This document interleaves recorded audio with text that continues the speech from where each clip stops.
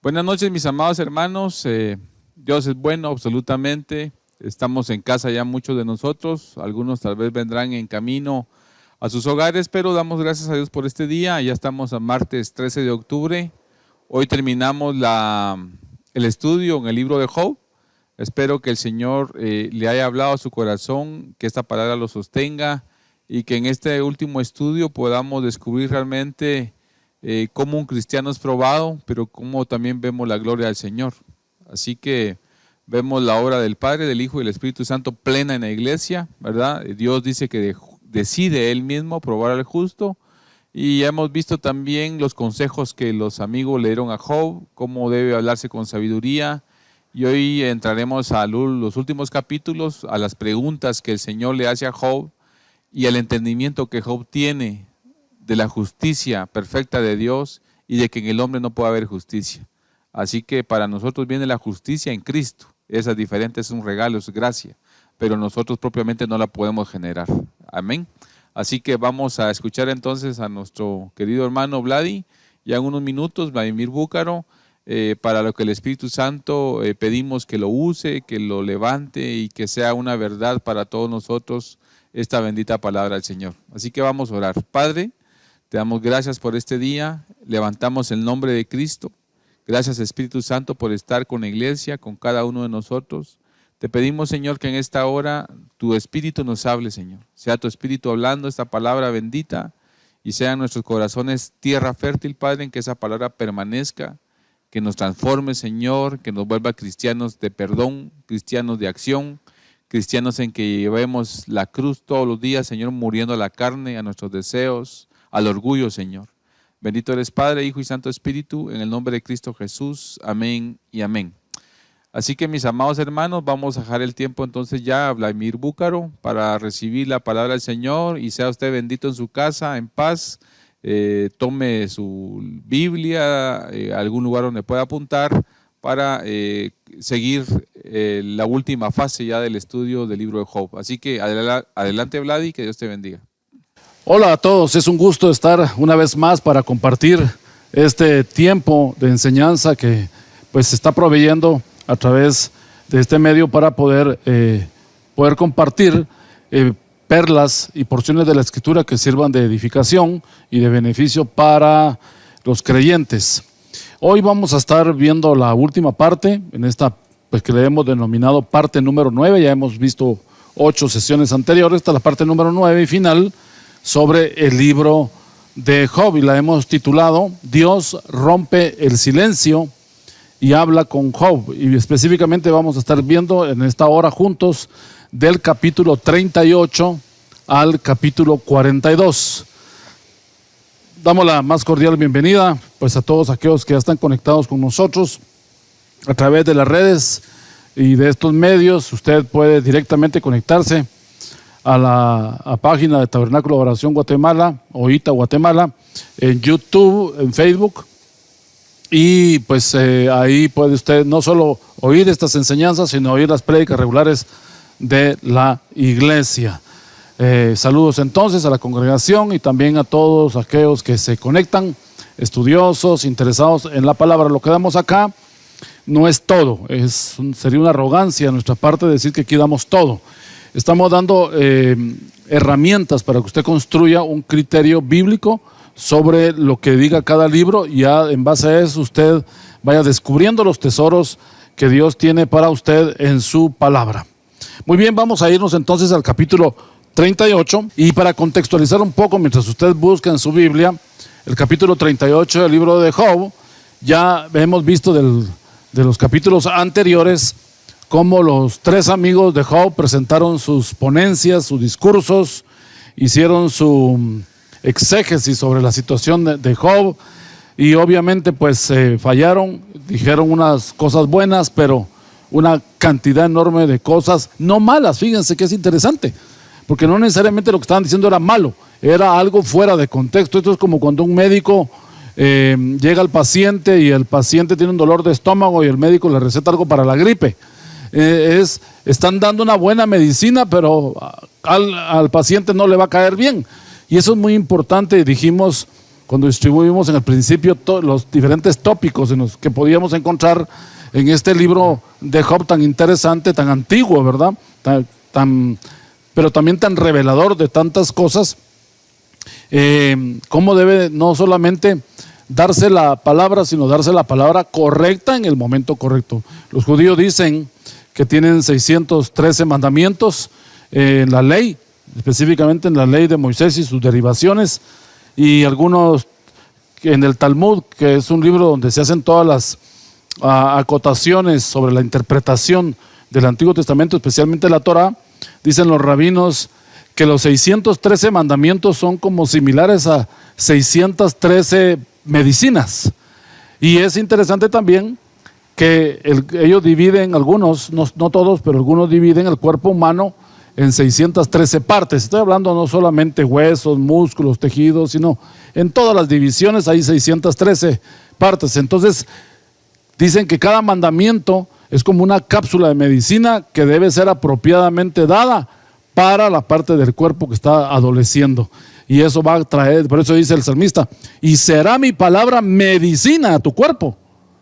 Cuando se da la palabra correcta es medicina, pero imagínense que uno le da una palabra incorrecta a alguien, no le está dando medicina, le está dando un purgante, le está dando algo inapropiado.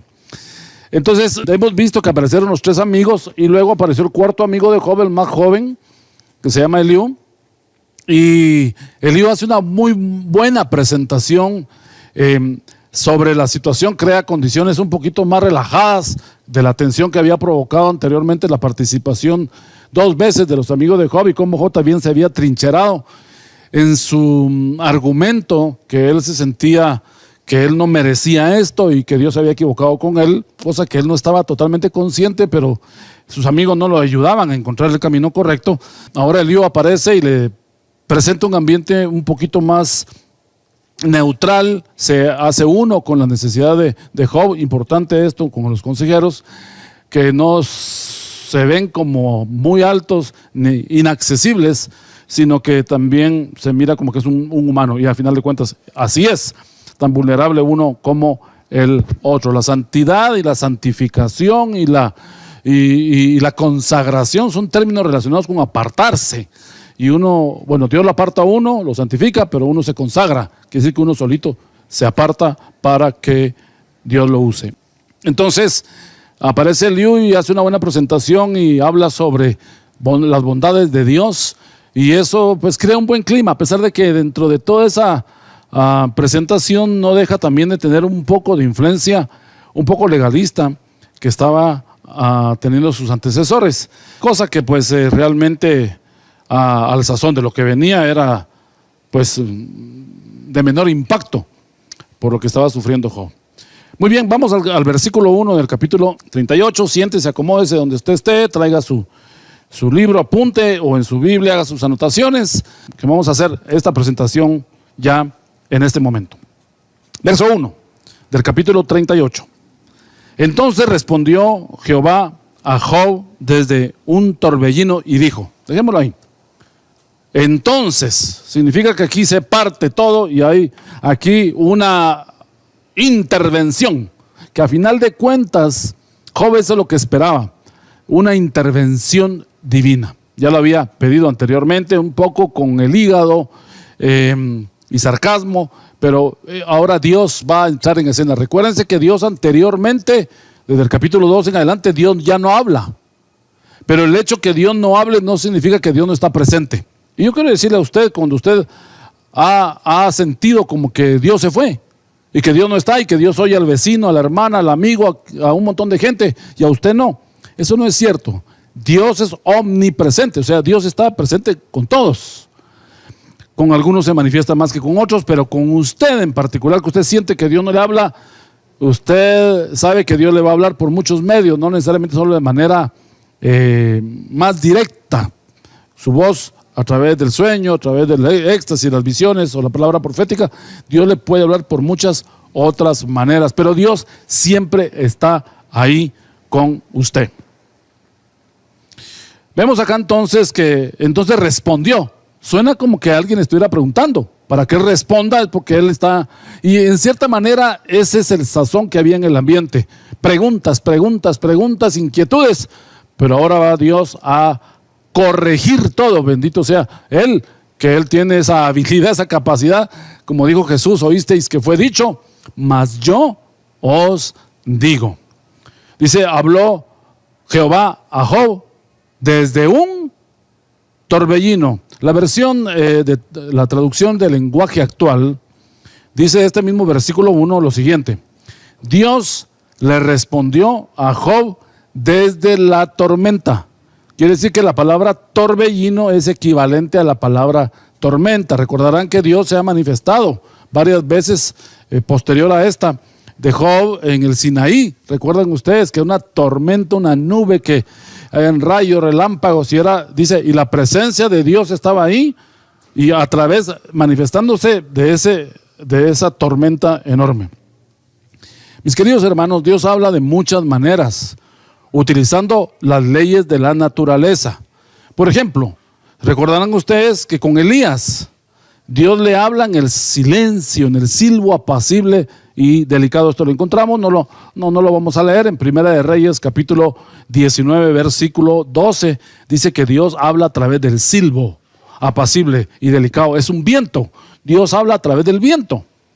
A Abraham, Dios le habló en la zarza ardiente. Esto lo encontramos en Éxodo capítulo 3, verso 2 al 4. Indudablemente estas teofanías que vemos acá eran la voz de Dios, pero esta voz de Dios presentada por los ángeles que pueden tomar la forma de fuego, pueden tomar la forma de relámpago, pueden tomar la forma de una tormenta. Los ángeles de Dios se presentan y traen la voz de Dios. Por eso los malak o ángeles, ¿verdad?, dentro de sus connotaciones es un enviado. Un ángel es un enviado. El torbellino, definitivamente, o la tormenta, es algo incontrolable, es algo que el hombre no puede predecir. Nos habla de los lugares de revelación y los lugares de encuentro. Cuando Dios llega a un lugar y empieza el Señor a tomar la agenda, a tomar la dirección, no solo el servicio de tu vida de oración, y estás tú ahí, el Señor empieza a hacer una visitación de tormenta maravillosa. Recuerden ustedes que Elías fue llevado al cielo en un torbellino. Esto lo encontramos en Segunda de Reyes, capítulo 2, verso 1 al 12. Algunos han dicho, y hasta canciones de la escuela dominical han dicho que el Señor se llevó a Elías en la carroza de fuego. Y eso no, si usted lee muy bien, ahí va a darse cuenta usted que Elías fue al cielo en un torbellino, en medio de una tormenta. Dios se le apareció a Ezequiel en un torbellino, en una tormenta. Ezequiel capítulo 1, versículo 4. De hecho, si usted me acompaña, tal vez esta escritura sí la podemos leer juntos en Salmos capítulo 77, versículo 18. Dice así: la voz de tu trueno estaba en el torbellino, tus relámpagos alumbraron el mundo, se estremeció y tembló la tierra. Si se dan cuenta acá, Dios está hablando a través de la tormenta, en medio de la tormenta. En Proverbios capítulo 10 dice también Salomón que ahí Dios prueba a la gente. Capítulo 10, verso 25. Como pasa el torbellino, así el malo no permanece, mas el justo permanece para siempre. Tal parece que el torbellino también es algo que se lleva a lo liviano, lo de poco valor. Por eso hay en lugares donde las viviendas que son de madera o son muy livianas, hacen búnker debajo de las casas como sótanos, y la gente cuando sabe que va a venir o se nota que está viniendo un ciclón o está viniendo un huracán, lo que hacen es que se meten en la parte sólida, en la parte de concreto, y ahí ellos no mueren, pierden todo, pero ellos no pierden la vida. Así está diciendo de alguna manera aquí también el salmista, que los que confían en el Señor permanecen, no importa el ciclón que venga a su vida. Y esto, si usted se siente identificado desde su casa, díganos amén, porque realmente creo que es una palabra de esperanza para aquellos que están pasando tormentas tremendas y tribulaciones tremendas en su vida. En Isaías capítulo 30, solo estoy dando como tal vez una idea de lo que es el torbellino, que de ahí empezó Dios a hablar en el capítulo 38. Veamos en Isaías 30:30, dice así: y Jehová hará oír su potente voz, y hará ver el descenso de su brazo, con furor de rostro, y llama de fuego consumidor, con torbellino, tempestad y piedra de granizo. Así es como Dios va. Aquí pues el contexto es un juicio que está viniendo sobre Asiria, pero está diciendo cómo Dios está manifestando. Pero en el caso del torbellino parecería como que Dios va a consumir algo. Y sí, espiritualmente Dios va a consumir a través de la tormenta los malos argumentos, la opresión que había en ese lugar, porque era un ambiente muy terrible. Yo le voy a decir una cosa, mi hermano y amigo. Muchas veces usted va a sentir opresiones en el trabajo, se va a sentir aturdido en la casa, en los estudios. Yo recuerdo que una vez a mí no me entraba algo en la mente sobre una clase cuando estaba en la universidad. Y yo recuerdo que llegué al parqueo porque había perdido la clase y yo me sentía muy vulnerable, me sentía tan impotente. Y entonces llegué al parqueo, me metí al vehículo y oré y le dije: Señor, tú eres el dueño de la sabiduría, tú eres el dueño del conocimiento. Señor, abre mi mente. La Biblia dice que yo tengo la mente de Cristo. Señor, no puede ser que a mí no me entre esto. Por favor, ayúdame. Y miren, fue maravilloso. El Señor me ayudó a que se abriera mi mente, y bendito sea su nombre, pude sacar el examen bien y promover la clase. Cuando usted se sienta así, clame al Señor. Cuando se sienta aturdido, clame al Señor. Cuando se sienta entontecimiento, usted clame al Señor, reprenda. Y hoy venía en el vehículo y cuando venía a dar esta plática, se me venía a la mente: llevando cautivo todo pensamiento a la obediencia de Cristo.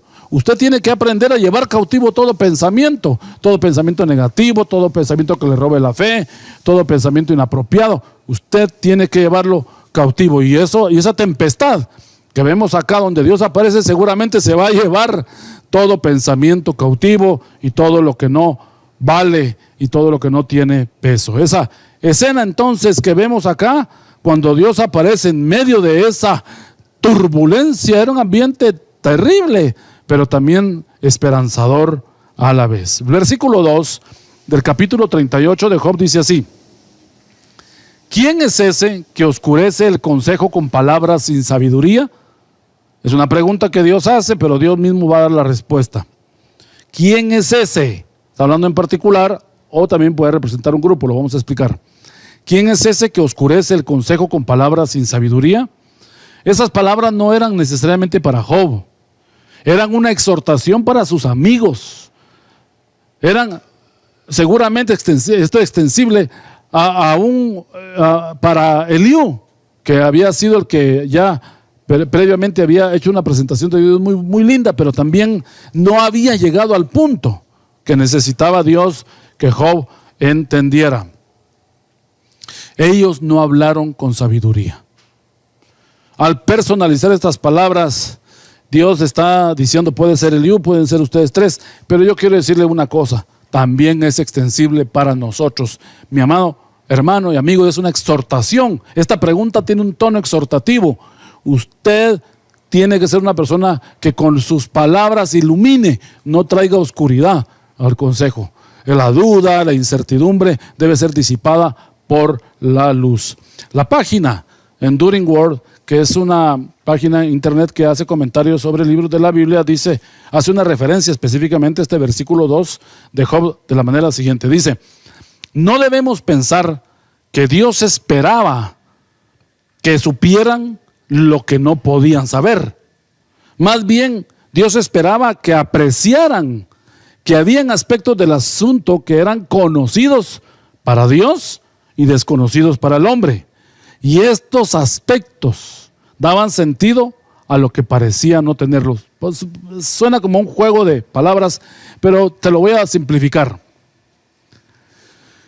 Dios quería que ellos confiaran a pesar de lo que estaba sucediendo. Dios quería que ellos tuvieran fe, que ellos descansaran en el Señor, a pesar de esta tribulación tan terrible que estaban viviendo. En otras palabras, cuando no comprendemos lo que está sucediendo, cuando Dios calla deliberadamente, cuando no vemos respuesta y el túnel solo vemos el final, pero es un largo trecho en la oscuridad, lo único que podemos hacer es confiar y esperar, confiando en el carácter divino, en la naturaleza y en el corazón de Dios, que todo tiene un propósito. Versículo 3. Ahora ciñe como varón tus lomos, le dice Dios a Job. Yo te preguntaré y tú me contestarás. Esta referencia de ciñe tus lomos era en la antigüedad una forma de decirle a alguien: toma tus faldas. Los hombres usaban algún tipo de falda corta y les decía que se las tenían que meter en el cinto. El cinto, pues ceñir los lomos era el cinto que estaba en medio, y ahí meterse en medio del cinto las faldas. ¿Con qué objeto? Para correr, para llegar al lugar de encuentro donde tendrían que recibir instrucciones o donde tenían que, ellos habían sido citados para una reunión. Prepárense también, cíñete los lomos porque ya vamos a ir a pelear, corran, cíñanse los lomos porque van a trabajar duro, van a recoger cosas y eso no les tiene que estorbar. Al inicio la batalla, recuerden ustedes, fue contra Satanás, y esto Job no lo sabía porque había un discurso, un diálogo en el capítulo 2 de Job que se estaba dando en el cielo. ¿Cómo podía ser una batalla contra Satanás? Era porque los argumentos de los amigos llevaban esa parte que aunque fuera un consejo malo, habría un lugar para la opresión a Job. Otra cosa, los juicios, usted me va a decir: sí, pero los juicios fueron del diablo. No, él fue el ejecutor, pero quien dio permiso fue Dios. Quiere decir, mi amado hermano, que entonces estamos llegando a la conclusión que Dios es el que permite los juicios. Pues déjeme decirle que sí. Si Dios no permitiera los juicios sobre la tierra, si Dios no permitiera las cosas malas, estamos hablando de las cosas malas, no las buenas son bendiciones, pero las cosas malas, entonces diríamos que Dios no tiene control de todo. Aquí esta teología que está presentando el libro de Job rompe mucho el esquema de que todo es prosperidad, todo nos va a ir bien, somos cabeza, no somos cola, caerán 1000 a tu diestra y 10,000 a tu lado y a ti no llegarán, y todas las promesas positivas, y lo negativo no lo habremos de recibir. Ahora, depende del origen de lo negativo, porque muchas veces uno se expone.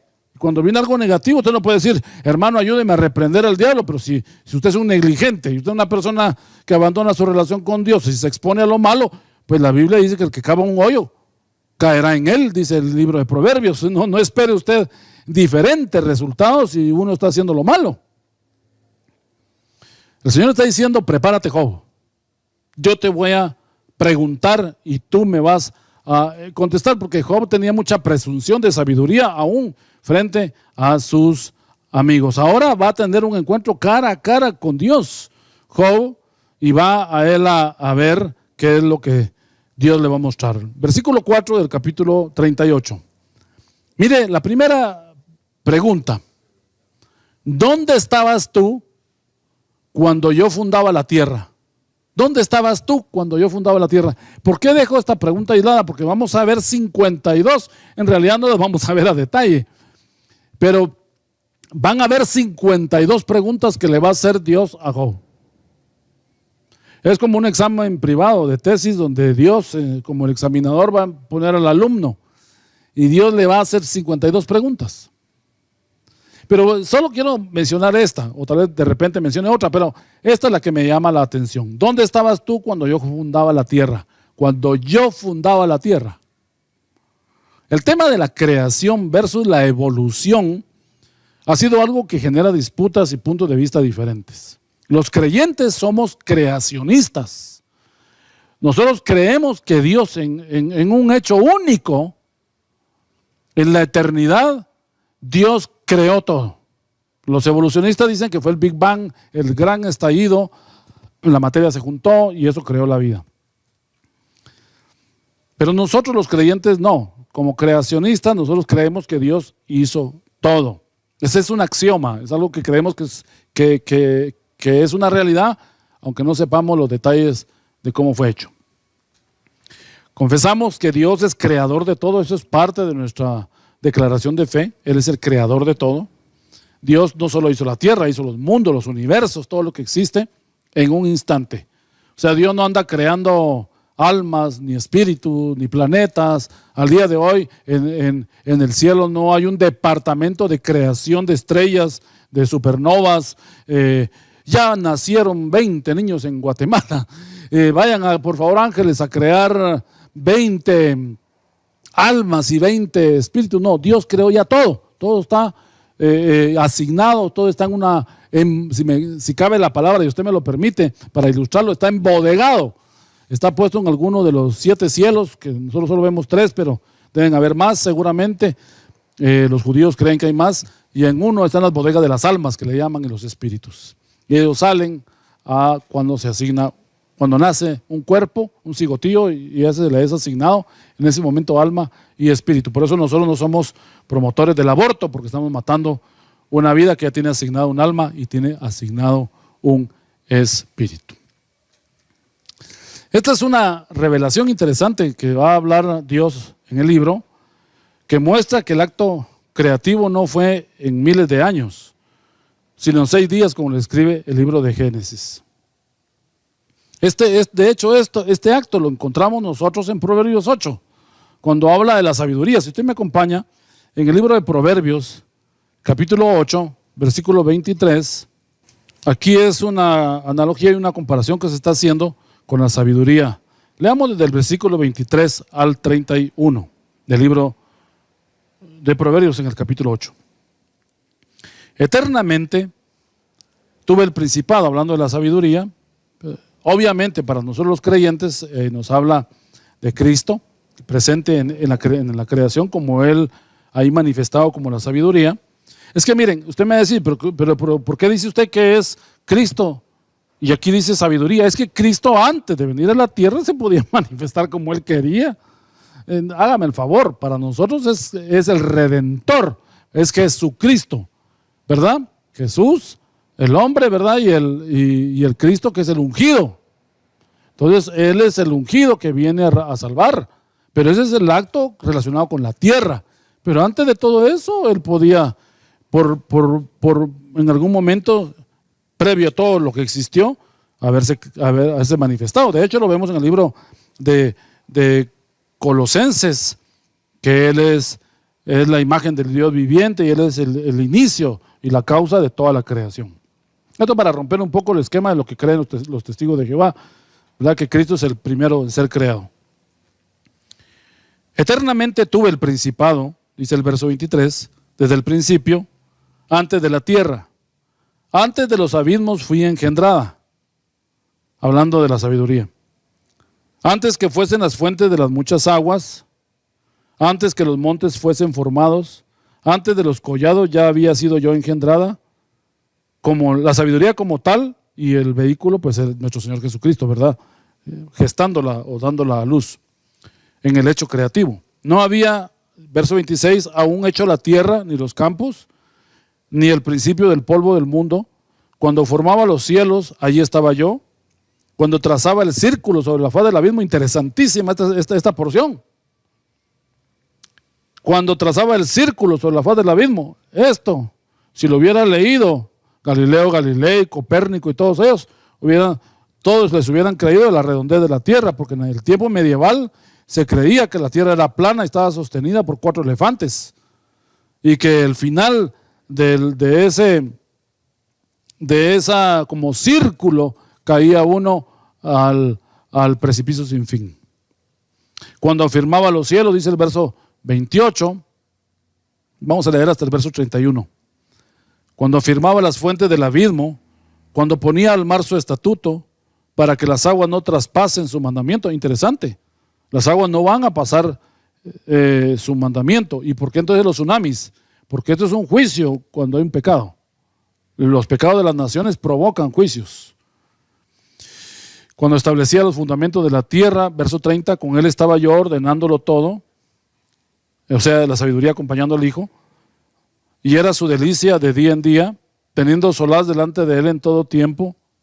Me regocijo en la parte habitable de su tierra, y mis delicias son con los hijos de los hombres. Bueno, si usted nota ahí, va a ver que esto tiene relación con la parte de la creación. Es interesante de que aquí no solo le están dando una lección de historia a Job, sino que está dejando un legado para que nosotros lo podamos leer y nosotros podamos aprender. A partir de este versículo 5 que le sigue, al versículo 41 no lo vamos a leer, pero usted lo puede leer en su casa. Vamos a empezar a ver las preguntas que Dios le hace. Yo las enlisté y se las voy a leer rápidamente sin leer las porciones corridas para que usted pueda ver. Ahora, son 52 preguntas. Algunos han dicho que son más, otros han dicho que son menos, que hay algunas que son parte de otras. En realidad no nos preocupa mucho si el número es ungido o es exacto. Lo que nos interesa es que Dios está examinando a Job. Job se jactaba de ser el más sabio y aún ser más sabio que Dios. Interesante. Y ahora Dios le va a demostrar lo contrario. No es que Dios quiera destruirle su argumento a Job. No es que Dios quiera humillar a Job. Dios quiere dar una revelación nueva, no solo a Job, a los amigos de Job, sino al mundo entero.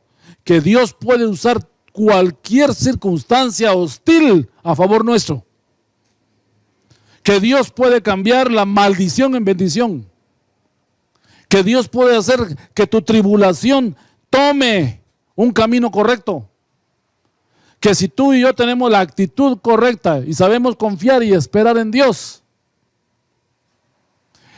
Dios va a dar retribuciones y bendiciones buenas para nosotros. Nuestra sabiduría es nada, dice el apóstol Pablo en 1 Corintios 8:2, es vana, es vana. Y entonces ahora vamos a ver cómo Dios le va a mostrar. Por ejemplo, le dice, ¿dónde estabas tú cuando yo fundaba la tierra? El 38:4, ya lo leímos. Punto número 2, ¿quién ordenó sus medidas? Si lo sabes, 38:5a. 3, ¿quién extendió sobre ella cordel? O sea, ¿quién la midió para hacerla? 38:5b. 4, ¿sobre qué están fundadas sus bases? Interesante que en el mismo libro de Job dice que Dios cuelga la tierra sobre la nada. Estos, los científicos lo van a entender porque es la ley de la gravitación, la ley universal que existe, que aunque todo hay una ley de atracción en cada vía láctea y en cada universo. No se chocan los planetas, pero tampoco se separan más allá. O sea, se alejan y se acercan, se alejan y se acercan. Y eso es lo que dice la Biblia, que un día Dios va a hacer que toda la tierra sea enrollada como un libro y después la va a él a desenrollar. Es con palabras del Antiguo Testamento, pero son revelaciones científicas.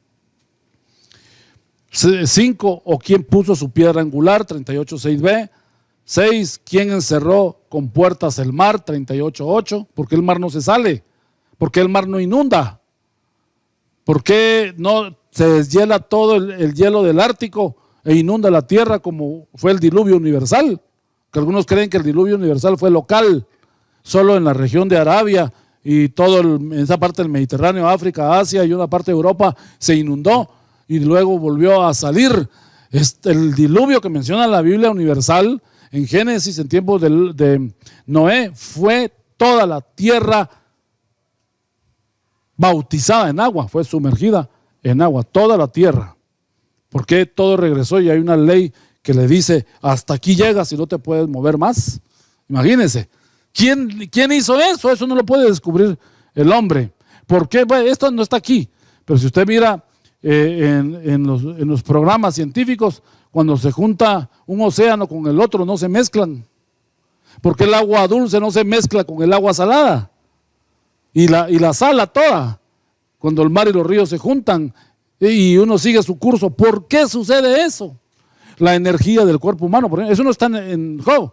El factor X que le llaman, cómo se mantiene el cuerpo con vida con una energía química. Ese halo que nos cubre a todos. ¿Quién puso esa energía en nosotros?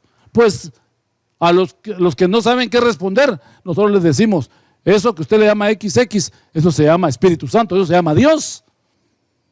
Eso se llama el Señor, es su Espíritu. 7. ¿Has mandado tú a la mañana en tus días? 38:12, el libro de los Salmos dice, un día llama al otro día a la voz de tus cascadas. Un día emite su voz a otro día. Un día termina a la medianoche. Inmediatamente, si Dios nos da su mandato y su voz de que el día siguiente venga, la tierra se destruye. Por eso los pajarillos cantan. Por eso muy temprano los pajarillos están alegres. Por eso vemos un sol resplandeciente. Por eso nos levantamos con ánimo, con esperanza. Porque es Dios el que está dándonos 24 horas. Su voz tarda 24 horas en sostener todo el universo. Pero si en el segundo siguiente de que terminan las 24 horas, Dios no emite su voz, nada existe. Usted y yo a veces andamos tan metidos en nuestras cosas que programamos el tiempo. Por eso dice el libro de Santiago, tú dices, yo haré esto, mañana haré lo otro, negociaré aquí, compraré esto, como que si fueras eterno. ¿Por qué no más bien mejor dices, si Dios así lo quiere? Porque Dios es el que el día siguiente va a emitir su voz. Y tú cada mañana que te despiertes, da gracias. La primera palabra que salga a tus labios es gracias por otro nuevo día. Dale gracias porque respiraste, porque estás vivo.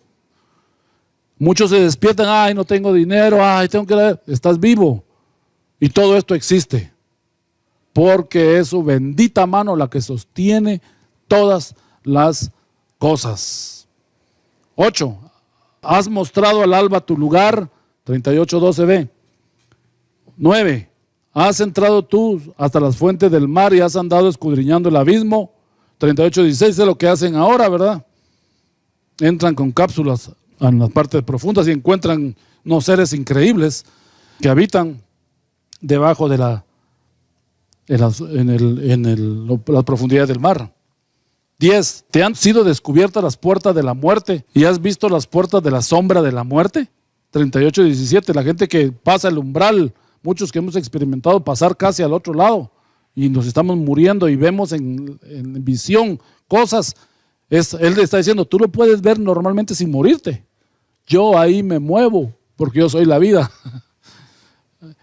Job está siendo extasiado y está entendiendo que lo que él decía y su argumento en defensa, que él era más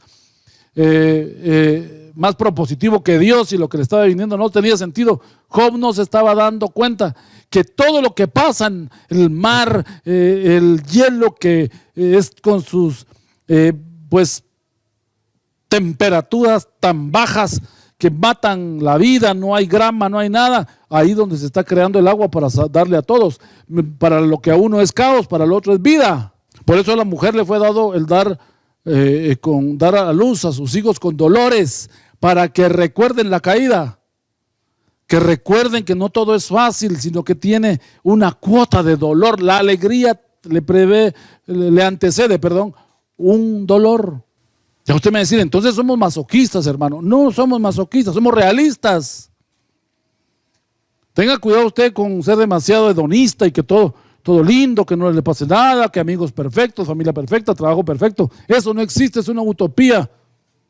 Hasta el amar tiene dolor. Si usted mira el libro de Cantares, que cuando se va muy temprano el esposo a trabajar, la mujer está llorando. ¿Dónde te has ido, mi amado? Sufre la separación. Eso así es en todos los roles de la vida.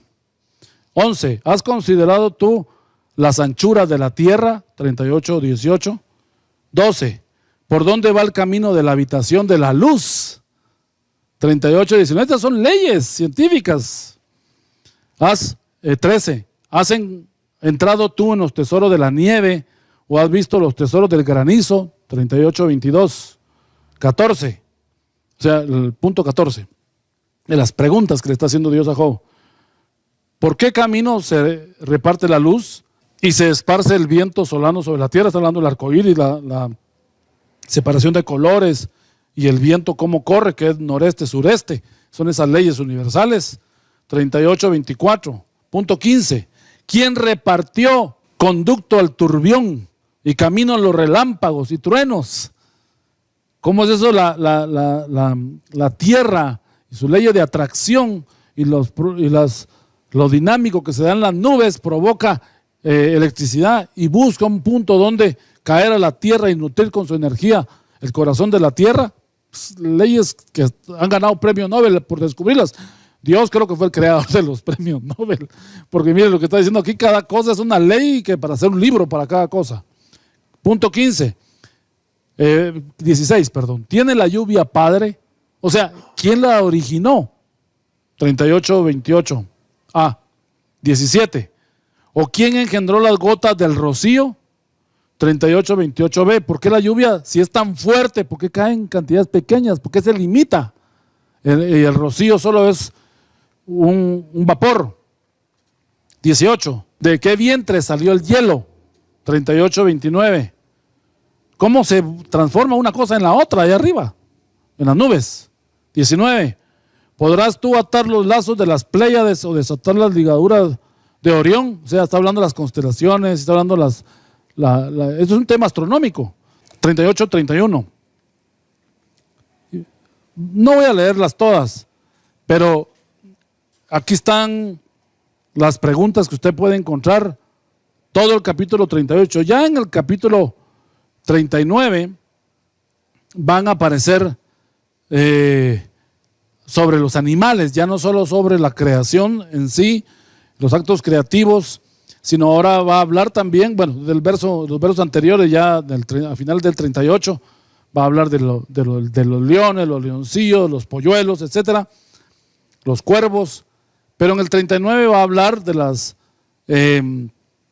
cabras monteses. Está diciéndole, ¿sabes? El 39, la primera parte dice, el capítulo 38, verso 39, así es. 39.1 es, perdón. Dice, ¿sabes tú el tiempo en que paren las cabras monteses? O sea, el reloj biológico que tienen los animales para dar a luz. ¿O miraste tú las ciervas cuando están pariendo? Y así se va todas estas descripciones. Pero lo que quiero llegar, porque no quiero entretenerme en esto, es que Dios le hace esas preguntas a Job. Job está en silencio.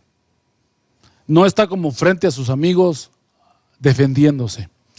Y yo creo que esa es una actitud que debemos de imitar.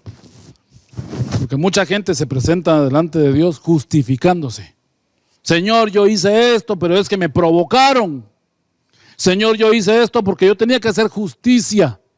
Mientras que la Biblia dice que mía es la venganza, dice el Señor, yo daré el pago. Usted no se tiene que vengar.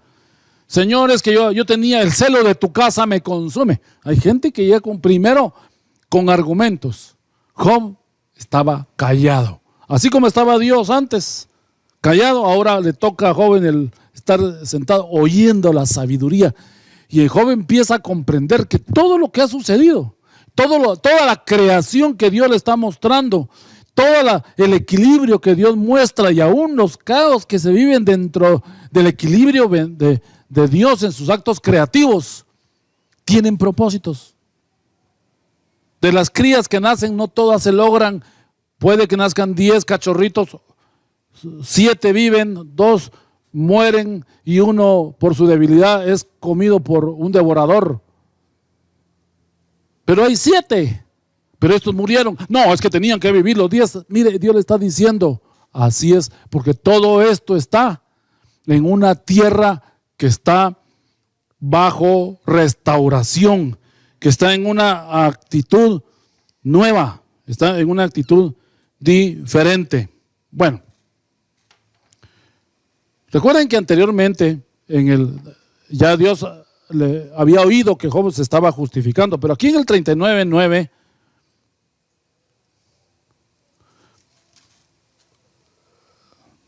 anteriormente Job se había estado justificando, pero aquí en este capítulo 39 Dios le está mostrando cuál es la actitud que debe tener él. Vamos a leerlo tal vez no en este versículo, sino que en el libro de Eclesiastés, solo téngalo de referencia, capítulo 7, versículo 7. La opresión entontece al sabio. La opresión entontece. Job, por la opresión que tenía de no entender y la opresión del mal consejo combinadas, a Job lo llevaron a fortalecer algo que él ni siquiera se daba cuenta que él tenía, un orgullo muy oculto, que él lo sentía como su fortaleza y su defensa delante de Dios. Vamos a ir al capítulo 40 y vamos a ir viendo ya algunas cosas sobre cómo Dios está respondiéndole a Job. Además respondió Job, dice el verso 1, y dijo: ¿es sabiduría contender con el Omnipotente? El que disputa con Dios, responda esto. Entonces respondió Job a Jehová y dijo: he aquí que yo soy vil. ¿Qué te responderé? Mi mano pongo sobre mi boca. Que esa era la mejor actitud que Job podía tener. Esa era la mejor actitud.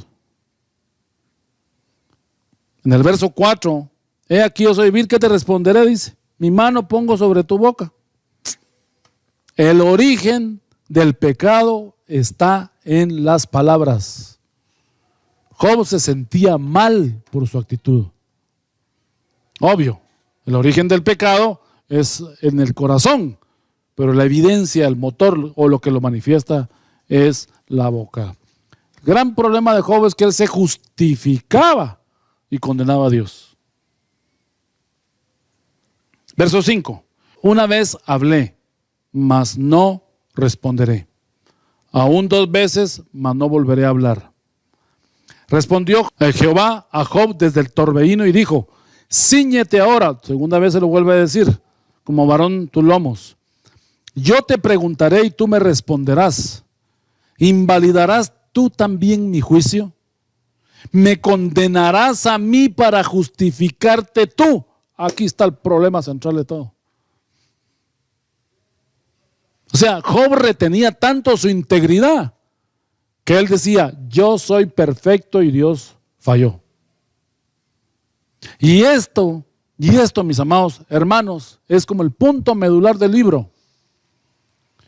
Dios está demostrando un hombre maravilloso que pasó una prueba, no la entendió, deseó la muerte, quiso hasta suicidarse. Él estaba muy oprimido, alegó, peleó. Obviamente sus amigos lo llevaron a un punto en que sacaron la mala versión, la mala cara, la respuesta negativa de Job.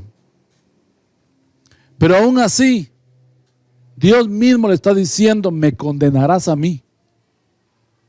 O sea, vas a decir que yo no tengo propósito, y muchos así dicen. Todo esto está así por Dios. ¿Dónde está Dios en el COVID-19? 1 millón de personas muriéndose, casi 100,000 infectados en nuestro país, en Guatemala, gente sin oportunidades, aquí perdiendo empleo.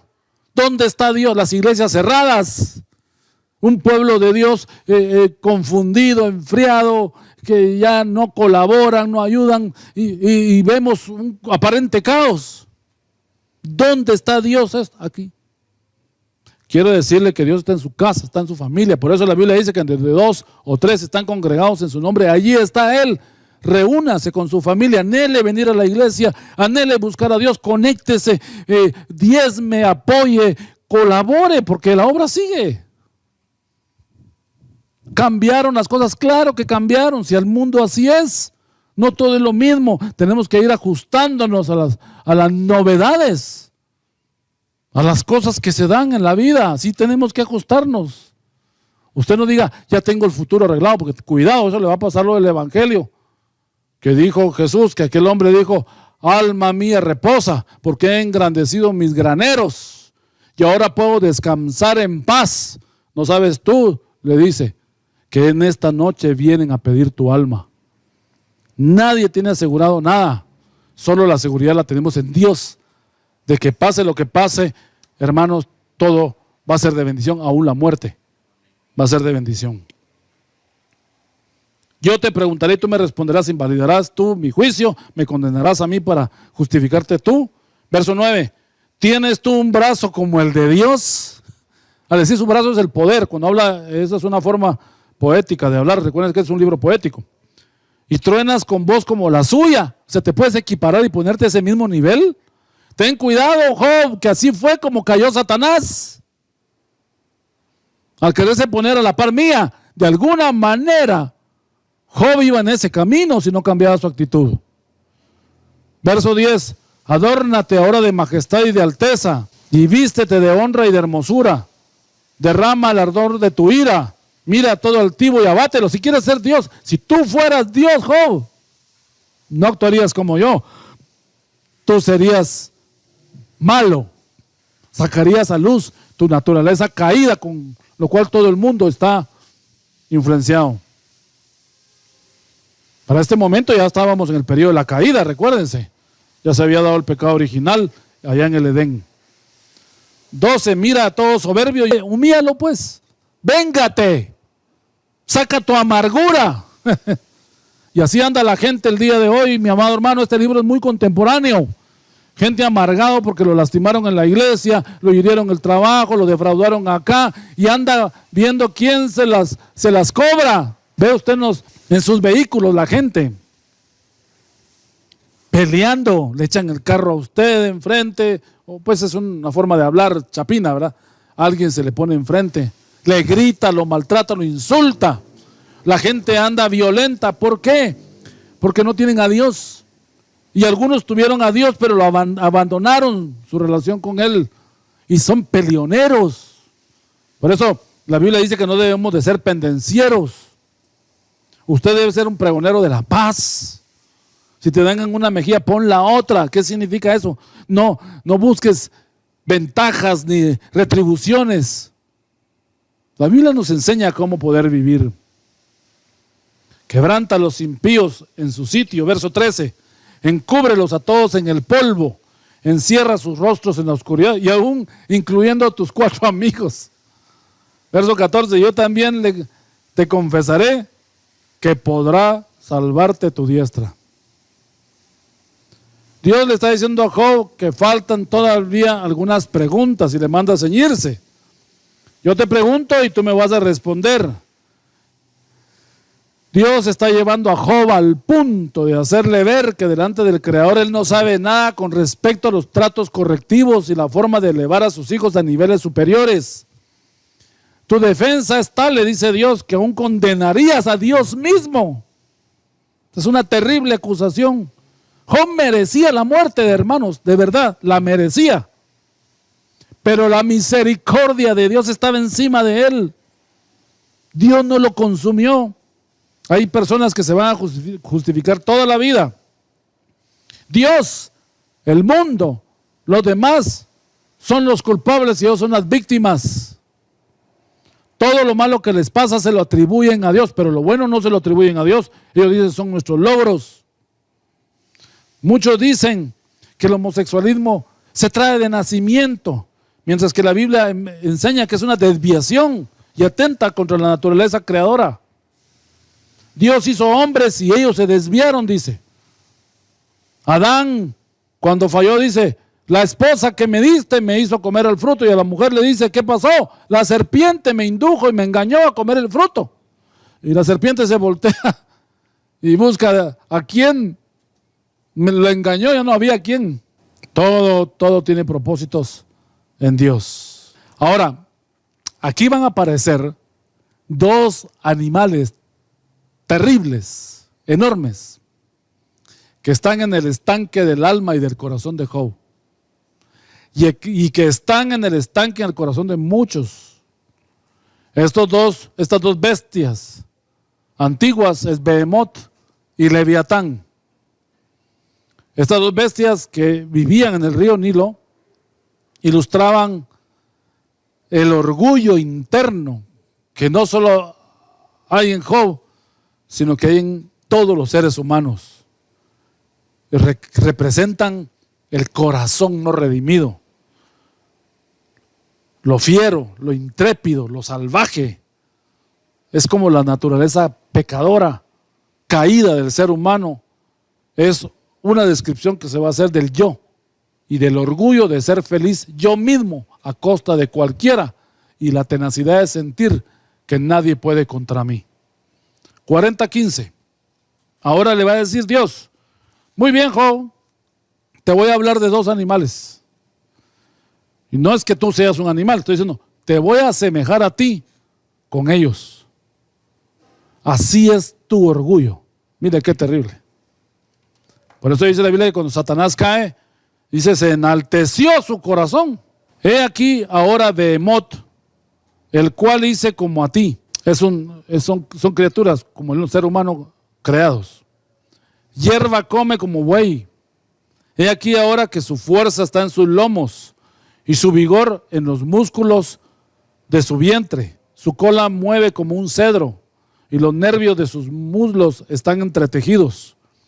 Verso 18, sus huesos son fuertes como el bronce y sus miembros como barras de hierro. Él es el principio de todos los caminos de Dios. El que lo hizo, dice, puede hacer que su espada a él se acerque. Verso 20, ciertamente los montes producen hierba para él y toda bestia del campo retosa allá. Se echará debajo de las sombras, en lo oculto de las cañas y de los lugares húmedos. Los árboles sombríos lo cubren con su sombra, los sauces del arroyo lo rodean. He aquí sale de madre el río, o sea, se desborda, es lo que está diciendo, pero él no se inmuta, o sea, él no le afecta.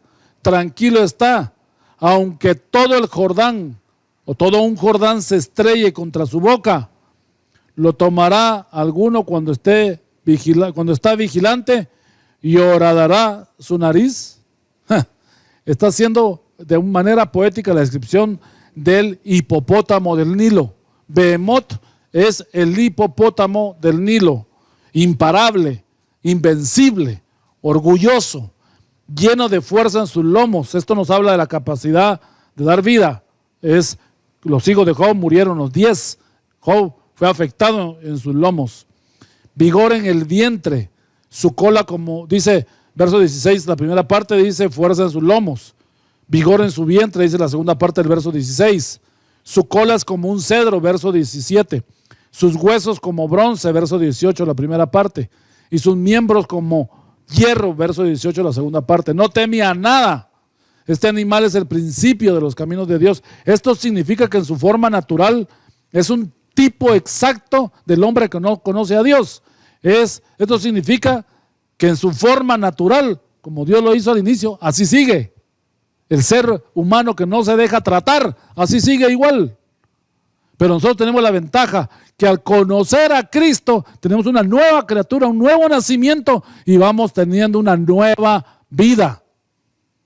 Yo espero que usted no esté como Behemoth, sino que usted ya sea humano, ya sea de carne y hueso, vulnerable, sensible al Señor. Significa que Behemoth no tiene trato alguno, no ha sido pulido, ni cincelado, ni martillado. Así como fue creado, así sigue. Y ojalá muchos creyentes, porque una cosa es aceptar a Cristo y otra cosa es nacer de nuevo. Muchos creyentes hayan nacido de nuevo, hayan tenido la experiencia de conocer al Señor de una manera renovada y su vida esté cada día creciente y triunfante. Ahora le va a presentar al segundo animal o a la segunda bestia que es una bestia mítica que muchos la han utilizado y prefigurado al compararla con Satanás. 41:1. Vamos al capítulo 41. Dice: sacarás tú al Leviatán con anzuelo, o con cuerdas que le eches en su lengua?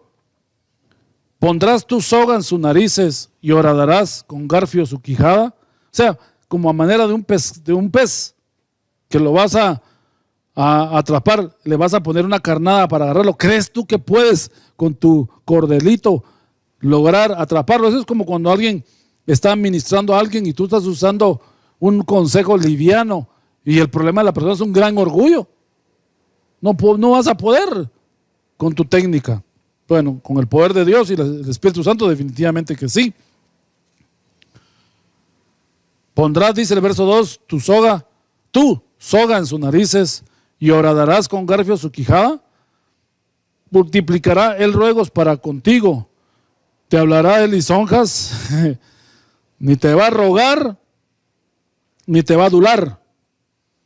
Hará pacto contigo para que lo tomes por siervo perpetuo, como diciéndole, bueno, no me mates, pero tenme de tu cargador o que te lleve tus cosas. Usted cree que, como esto es una figura del orgullo, usted cree que la persona orgullosa, el orgullo no va a querer mandar. El orgullo es el que manda, el que controla. Una persona orgullosa ya no es humilde, no es sencilla. Su orgullo se vuelve su jefe. Verso 5, jugarás con él como con pájaro o lo atarás para tus niñas. Esto no es una cosa sencilla, hermanos. El guardar la ofensa es terrible.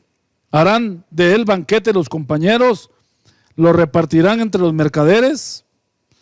Mire el verso 7, cortarás tú con cuchillo su piel o con arpón de pescadores su cabeza. Tremendo. Pon tu mano sobre él, te acordarás de la batalla y nunca más volverás.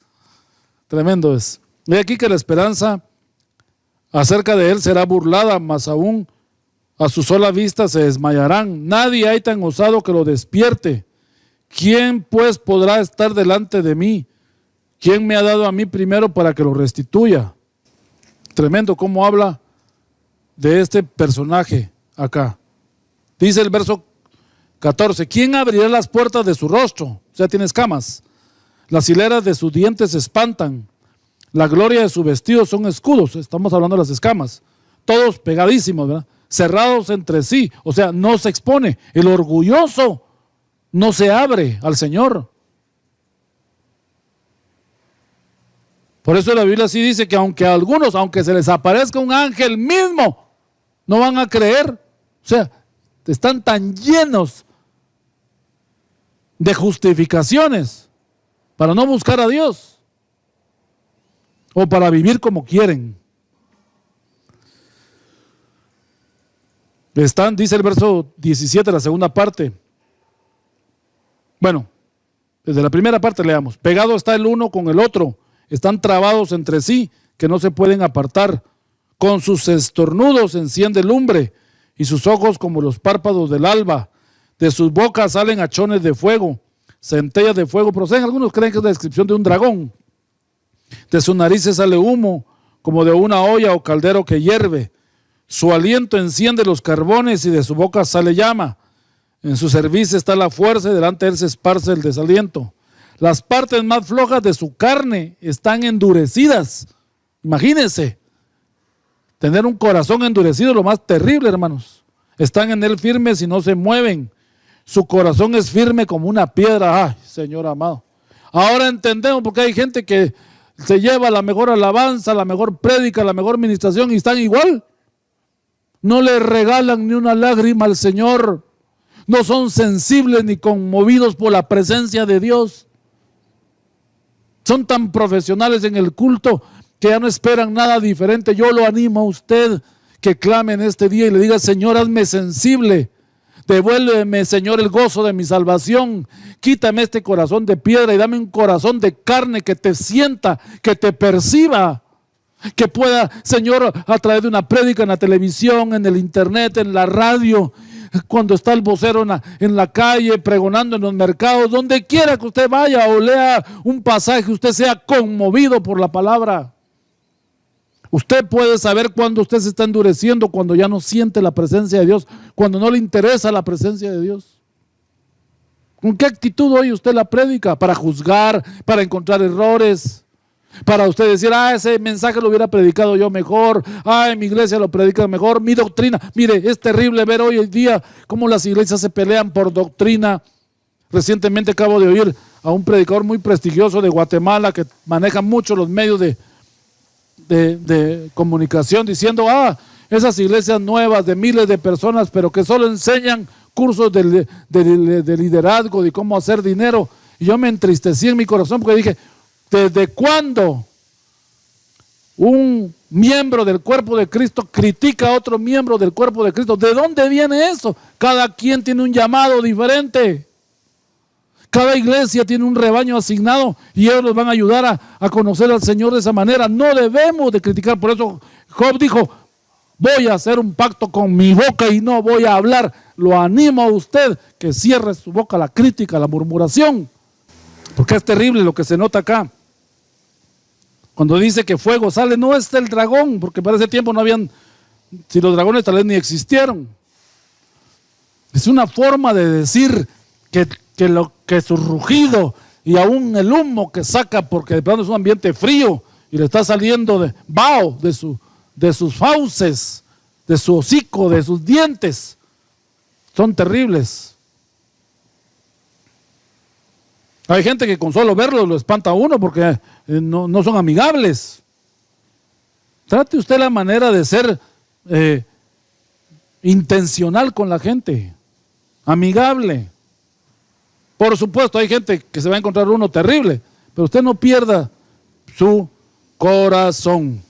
Esta es una descripción tremenda del corazón de este Leviatán.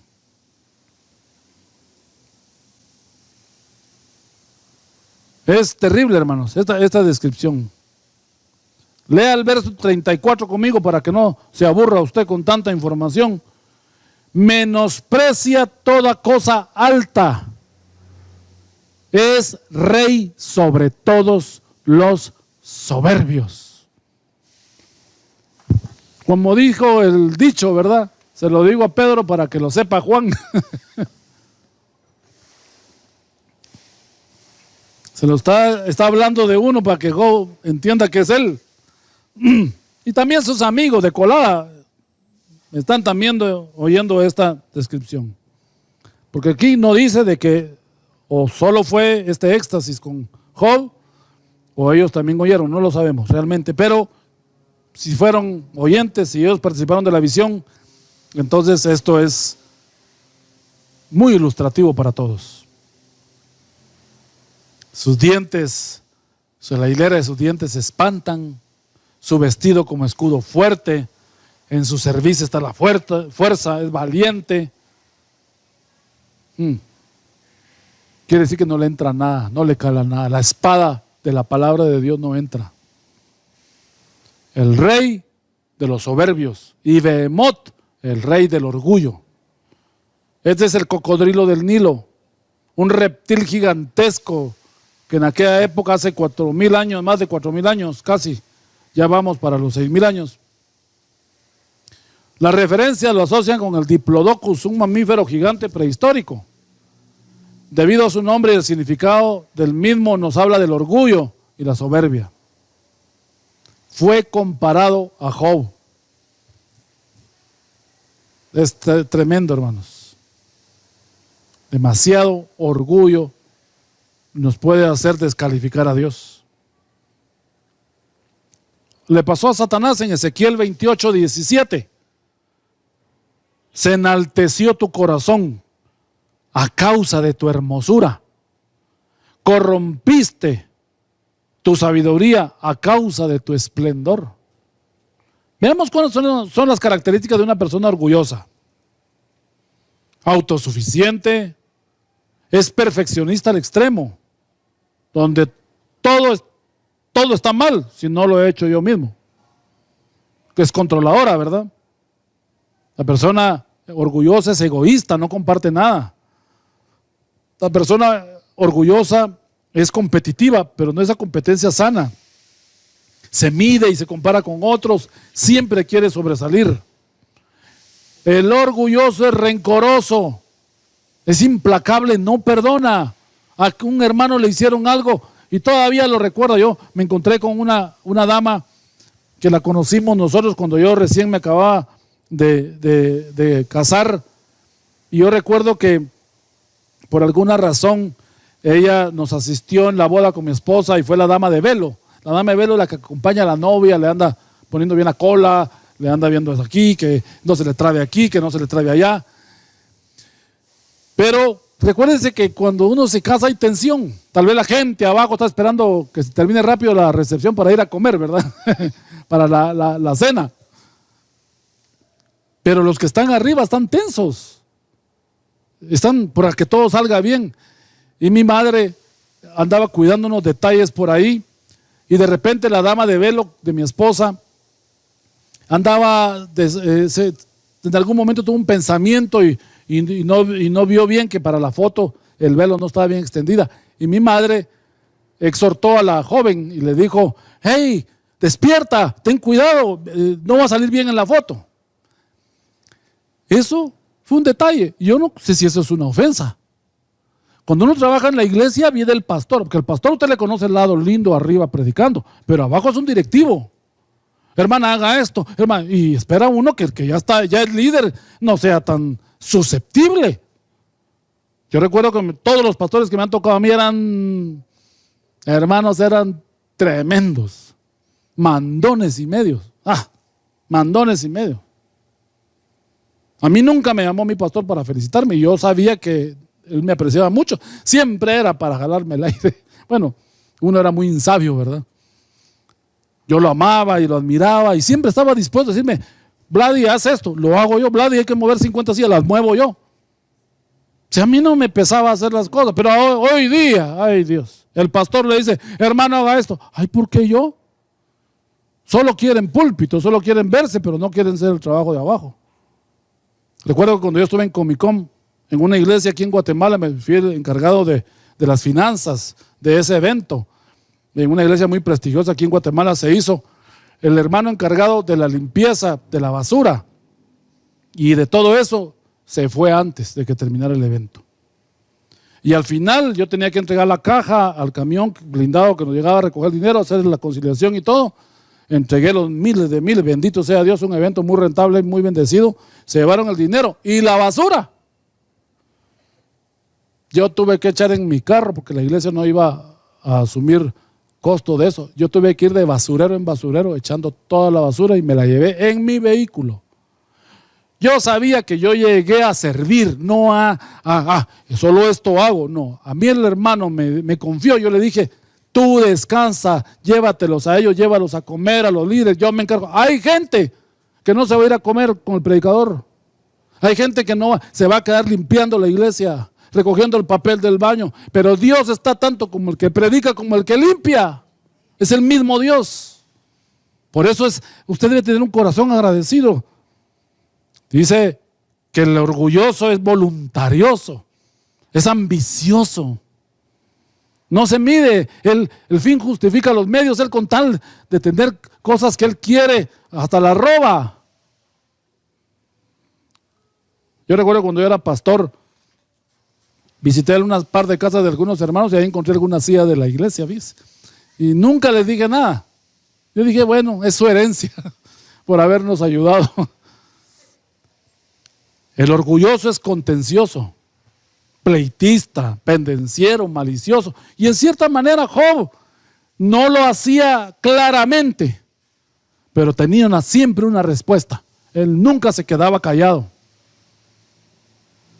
Muchas veces el orgulloso es incrédulo, tiene falta de fe y de propósito.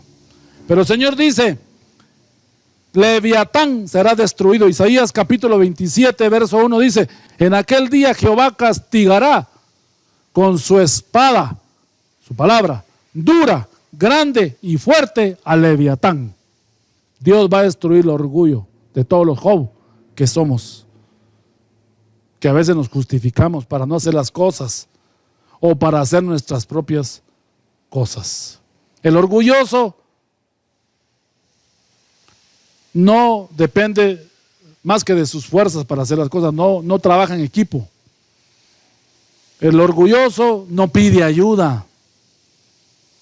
El orgulloso es independiente y no se somete. Hay gente en la iglesia que no se somete a nadie. Tienen su propia doctrina. Van a la iglesia, pero tienen su propia doctrina. No abrazan la doctrina. Si uno va a una iglesia, debe entender que Dios lo llevó a ese campamento para enseñarle algo que no tenía. Ay, es que, hermano, vengo a esta iglesia, pero yo mi esquema teológico es diferente. Yo vengo de un sistema diferente. Yo vengo de un lugar precioso y maravilloso. Yo siempre me he preguntado, que toda la gente que nos viene a lucir las iglesias de donde salieron, la pregunta es, ¿por qué no se quedaron ahí? Si eran tan bellas. El orgulloso dará batalla en todo lo que haga. Esa gente que uno tiene que jalarla en la iglesia. Dios bendiga a todos los servidores que lo hacen por amor, que no esperan pago ni gratificación, sino que lo hacen por amor. El orgulloso tiene muchas caras y reacciones diferentes, no es siempre el mismo. Bueno, voy a dejar esa parte hasta ahí. Quiero dedicar estos últimos minutos que me quedan a hablar el capítulo 42. Verso 1 al 2. Respondió Job a Jehová. Bueno, ahora vamos a ver qué dice Job.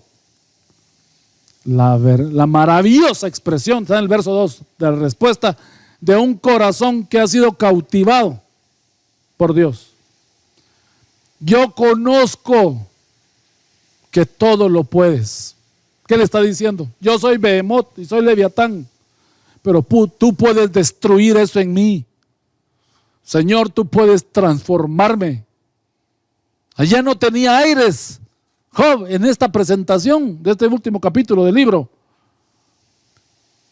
De orgullo, él estaba vencido, se dio cuenta que él se quería volver más grande que Dios.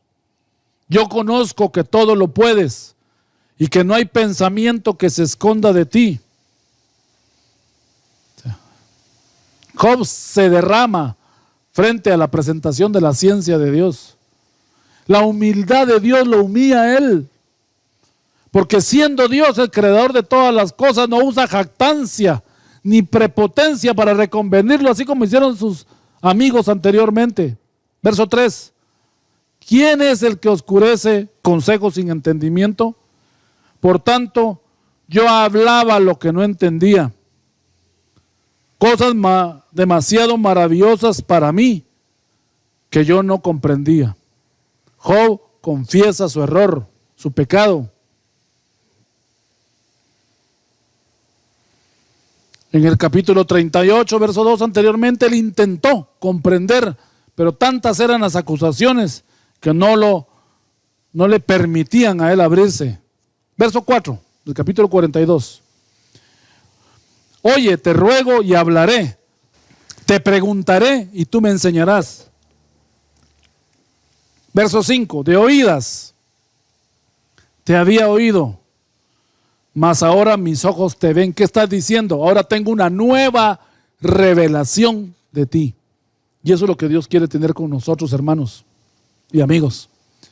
Quiere que crezcas en tu fe. Este tiempo sombrío de la pandemia tiene que llevarte a ti a abrir tus ojos y tener una nueva revelación de Dios.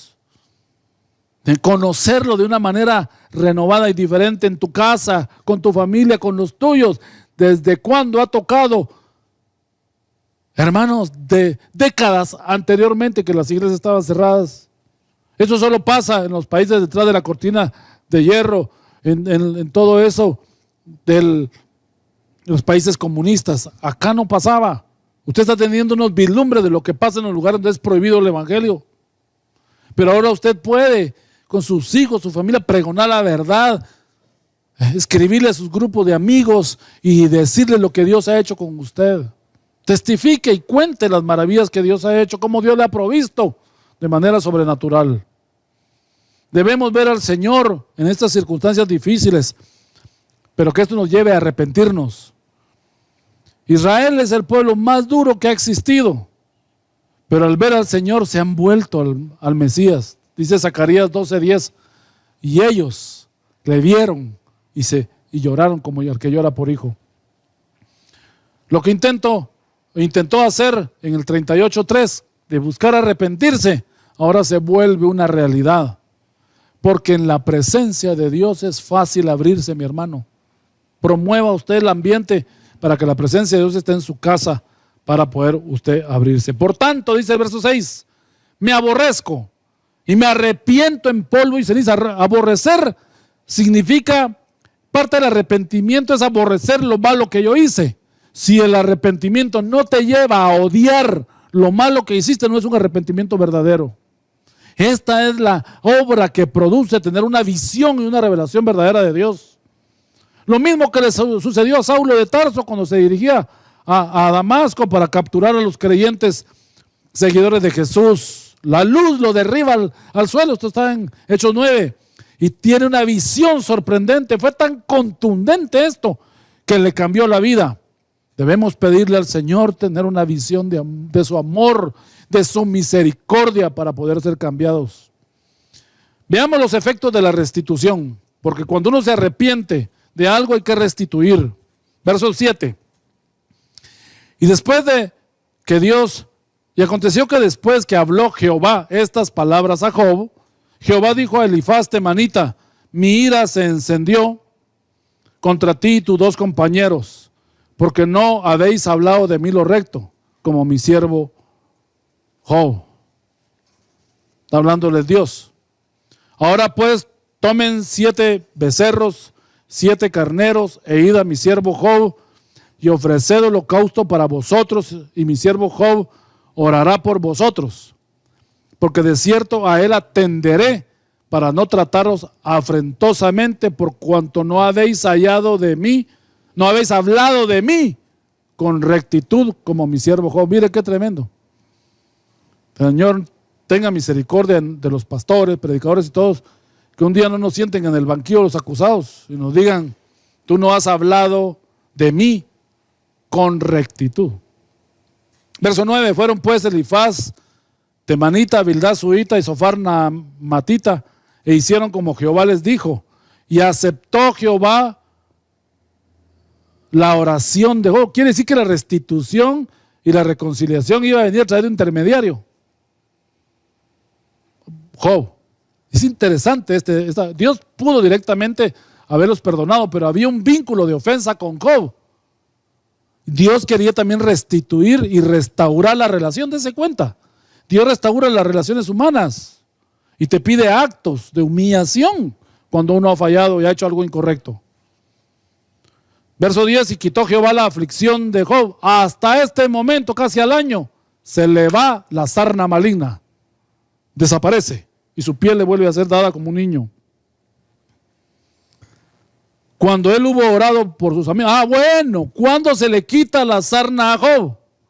Cuando él ora por sus amigos. Mis amados hermanos, perdone a los que le han ofendido y esa sarna maligna se va a ir de su corazón. Ese dolor y esa afrenta que le molesta va a desaparecer. Aquí hay un escenario maravilloso de la restitución y de cómo Dios utiliza un mecanismo donde las personas se restauran para que sus corazones se alivien de sus cargas. Y aumentó, dice la segunda parte del verso 10, el doble de todas las cosas que había sido de Job. Verso 11, y vinieron a él todos sus hermanos y todas sus hermanas y todos los que antes le habían conocido, comieron con él el pan en su casa y se condolieron de él y se consolaron de todo aquel mal que Jehová había traído sobre él. Y cada uno de ellos le dio una pieza de dinero y un anillo de oro. No vamos a juzgar porque hasta ahora aparecen, porque probablemente los mismos amigos de Job o los siervos de los amigos de Job se habían dado cuenta, qué sé yo, de la mala actitud de Job. Y si a los 3 sabios los estaba tratando mal Job y estaban teniendo una disputa y un problema, ellos que eran menores en sabiduría, nadie se iba a acercar. Era un ambiente minado en el que nadie quería estar ahí. Pero cuando la cosa se restaura, la gente llega. Una iglesia restaurada trae gente, una familia restaurada trae gente, una célula restaurada lleva nuevos miembros, un sistema en la empresa restaurado y sano trae nuevos clientes. Todos los ambientes restaurados son lugares donde Dios va a traer bendiciones. Y bendijo, dice el verso 12, Jehová el postrer estado de Job más que el primero, porque tuvo 14,000 ovejas, antes tenía 7,000, 6,000 camellos, antes tuvo 3,000, 1,000 yuntas de bueyes y 1,000 asnas, que antes tuvo 500 de cada una. Verso 13, y tuvo 7 hijos y 3 hijas, como antes había tenido. Llamó el nombre de la... Bueno, antes que continúe, ningún hijo nuevo sustituye a un hijo muerto. El dolor de Job y de su esposa siempre iba a estar ahí. Pero yo le voy a decir una cosa, si usted ha tenido pérdidas de familiares, el dolor no se va, hermanos. Lo que usted tiene que hacer es poner el dolor donde no le afecte y en un lugar donde no lo oprima. Personas que se han divorciado, personas que han tenido fracasos en la vida, pérdidas de familiares, eso es insustituible. Es una terrible herida en el corazón. Y casi siempre aconsejamos, hermano, olvide, hermano, ya no le ponga. Mire, la única manera que hay es, estoy consciente que esta herida pasó, pero la pongo en el lugar donde ya no me duele, la pongo en el lugar donde ya no me afecta. Usted ha herido personas, yo he herido personas, y los que me han herido yo los he puesto en el lugar donde ya no me afecte mi relación con Dios. Usted haga lo mismo, no que toda la vida vamos a andar, es que me la hicieron, es que esa persona no la puedo ver. Hermanos, nos ha sido dado el ministerio de la reconciliación, reconciliarnos con Dios y con la gente. No acumule enemigos en la vida. Usted viva en paz, reposado. Es mi recomendación. Y esta última parte del verso 14, que ya estamos sobre el tiempo. Verso 14 dice, llamó el nombre de la primera hija Gemima, el de la segunda Cesia y el de la tercera Keren. ¿A poco interesante que no dice los 7 nombres de los hijos, sino solo las 3 hijas? Y aquí hay un mensaje.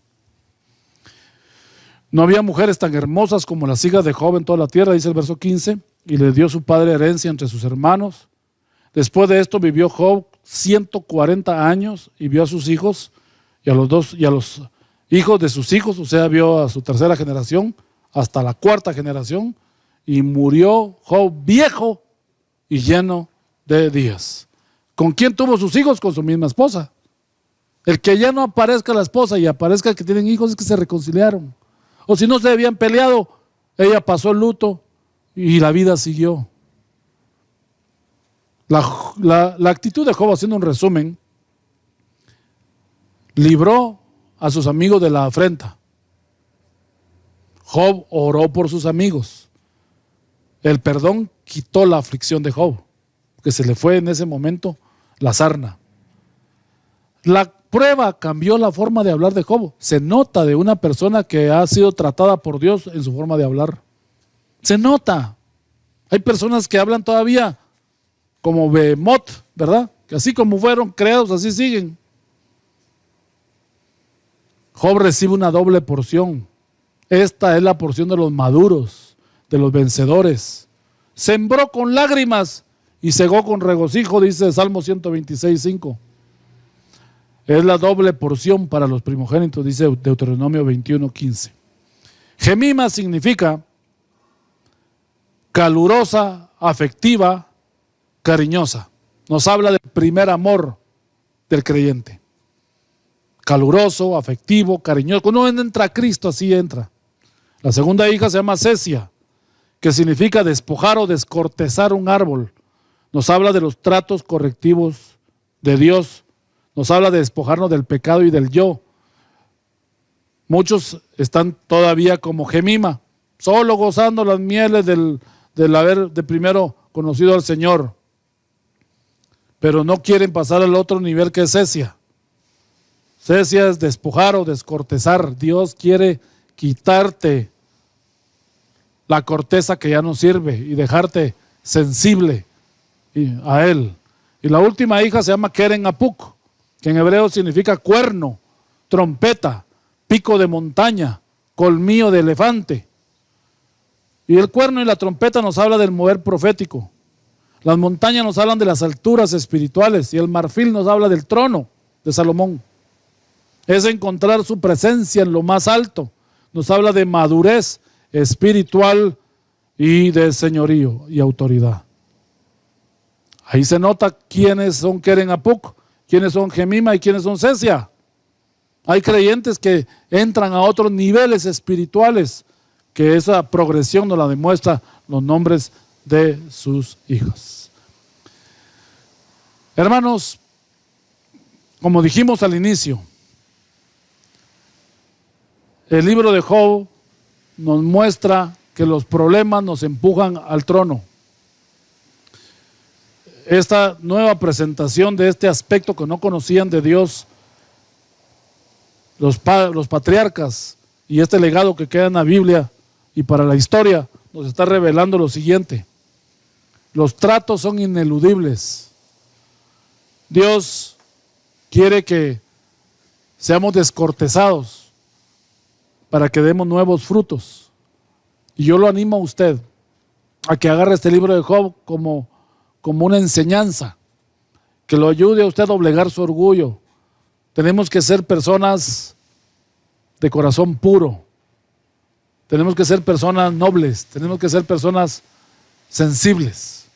Eso no significa que usted lo engañen, usted sea ingenuo. No estoy hablando de esa astucia que usted debe tener, porque hay que ser manso como la paloma y astuto como la serpiente.